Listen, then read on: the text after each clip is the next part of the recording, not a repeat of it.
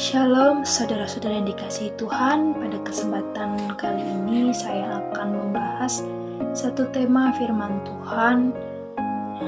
Tema ini sudah jelas tidak asing lagi bagi kita semua. Kita sudah sering mendengarnya, namun terkadang kita masih susah untuk melakukannya. Saya mengambil satu tema, yaitu tentang mengampuni. Saya ambil dari Matius pasal yang ke-18 ayat 21 hingga yang ke-22. Demikian firman Tuhan, saya bacakan. Perumpamaan tentang pengampunan. Kemudian datanglah Petrus dan berkata kepada Yesus, "Tuhan, sampai berapa kali aku harus mengampuni saudaraku jika ia berbuat dosa terhadap aku? Sampai 7 kali?" Yesus berkata kepadanya, "Bukan, aku berkata kepadamu, bukan sampai 7 kali, melainkan sampai 70 kali 7 kali." Kita dapat melihat latar belakang dari Matius pasal yang ke-18 ayat yang ke-21 hingga yang ke-22 ini. Di sini Petrus bertanya kepada Yesus, "Sampai berapa aku harus mengampuni ketika ada saudaraku yang berbuat dosa kepadaku?" Dan Petrus mengatakan bahwa apakah cukup 7 kali? Petrus telah menganggap bahwa mengampuni hanya cukup 7 kali saja dalam sepanjang hidupnya. Jikalau saudara-saudara pernah mendengar bahwa angka 7 merupakan angka yang sempurna, namun apakah ada kaitannya angka 7 yang sempurna itu dengan Petrus yang menganggap bahwa mengampuni hanya 7 kali saja? Namun pada saat itu Tuhan Yesus menjawab bahwa sebanyak 70 kali 7 kali, bukan hanya 7 kali saja. Artinya bahwa semakin besar angkanya, semakin menunjukkan ketidakterbatasan atau unlimited. Maka di sini yang dimaksudkan adalah Tuhan mengajarkan bahwa mengampuni adalah 70 kali atau tanpa batas, tidak terbatas. Dalam menjalani sebuah kehidupan bersama, tentunya kita sering sekali menghadapi yang adanya percekcokan, konflik, bahkan sikap yang kejam dari orang-orang sekitar kita. Baik itu orang-orang yang bahkan jauh, dan yang paling sering adalah orang-orang yang dekat dengan kita. Lalu apakah dengan adanya konflik-konflik tersebut kita dapat mengampuni? Mengampuni dalam bahasa Yunani apiemi, yang artinya dosa yang telah disingkirkan atau hukuman yang telah dihapuskan. Juga dapat berarti hubungan harmonis antara manusia dengan Allah. Apiemi ini merupakan forgive, di mana kita harus memaafkan setiap orang-orang yang telah bersalah kepada kita. Saudara-saudara yang dikasihi Tuhan, pada saat ini saya akan membagikan 2 tokoh bagaimana mereka bisa hidup dalam pengampunan, sehingga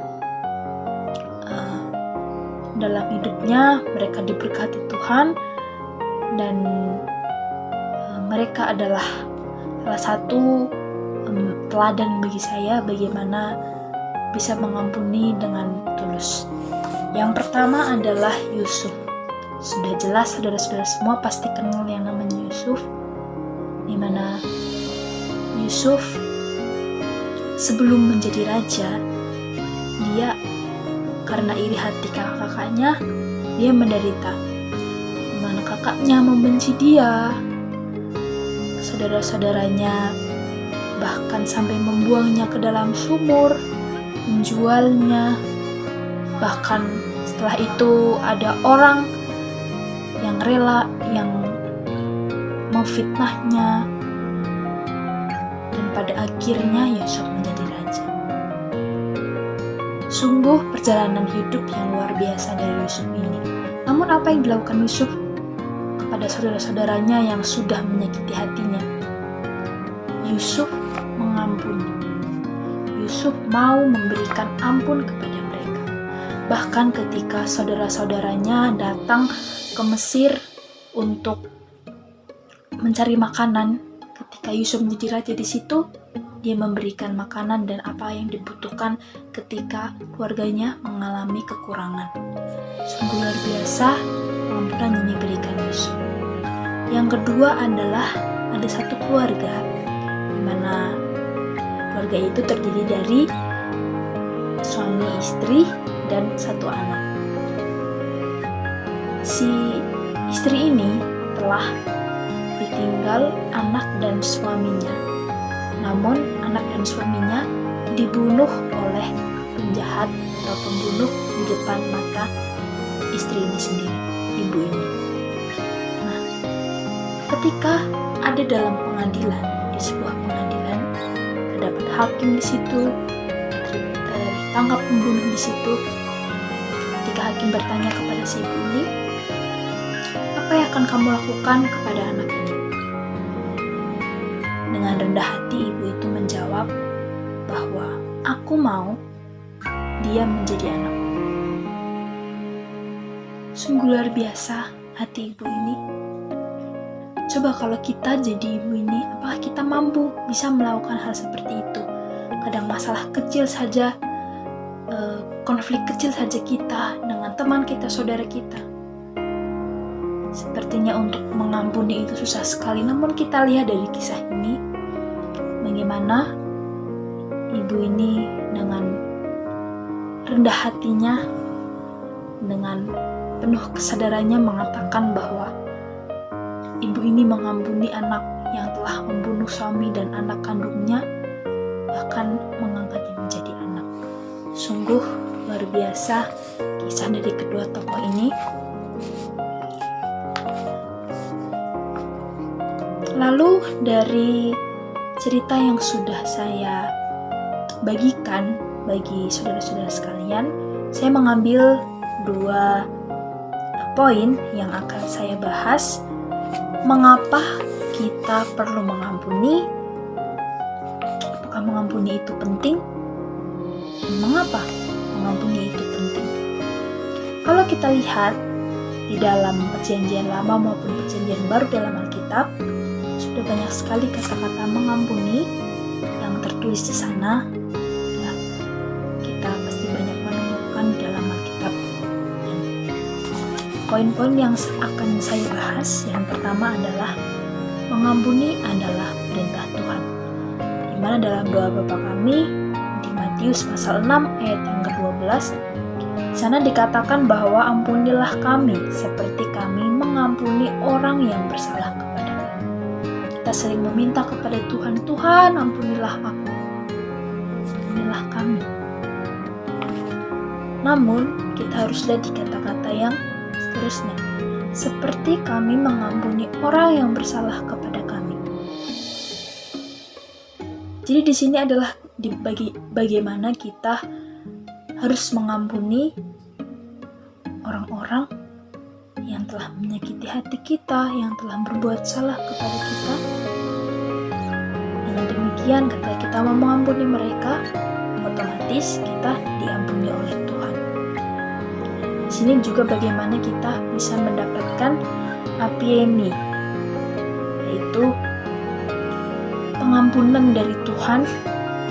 Bagaimana pengampunan itu didapatkan melalui pertobatan atau bentuk perbuatan yang kita lakukan, perbuatan baik yang kita lakukan kepada orang lain, salah satunya yaitu dengan cara mengampuni seperti yang dalam doa Bapa kami tadi. Yang kedua adalah pengampunan membawa pembebasan. Bayangkan ketika hidup kita berada di tengah-tengah ketidakdamaian sejahteraan, apa yang terjadi? Kita akan tidak tenang, kita akan merasa bahwa hidup kita sepertinya tidak ada damai gitu. Sepertinya hidup kita ini tidak menjadi berkat bagi orang lain. Namun bagaimana ketika kita mau mengampuni, kita memberikan pengampunan, maka kita akan mengalami hidup yang mengalami pembebasan, di mana hidup kita selalu bersama dengan Tuhan, bahkan bisa menjadi berkat bagi orang lain. Maka dari itu, saudara-saudara semuanya, saya yakin bahwa kita semua mampu untuk mengampuni. Walaupun saya tahu mengampuni itu susah, dengan pertolongan Roh Kudus, dengan kita meminta Roh Kudus untuk memimpin kita, berdoa sungguh-sungguh kepada Tuhan, saya yakin ketika orang-orang di sekitar kita menyakiti hati kita, sekecil apapun masalahnya, sebesar apapun masalahnya, saya yakin saya dan saudara-saudara semua dapat mengampuni. Maka dari itu, marilah mulai saat ini kita belajar untuk bersama-sama kita mampu mengampuni, kita mau mengasihi musuh kita, mendoakan musuh kita, dan hidup dalam damai sejahtera. Sekian firman Tuhan yang bisa saya bagikan. Terima kasih. Shalom.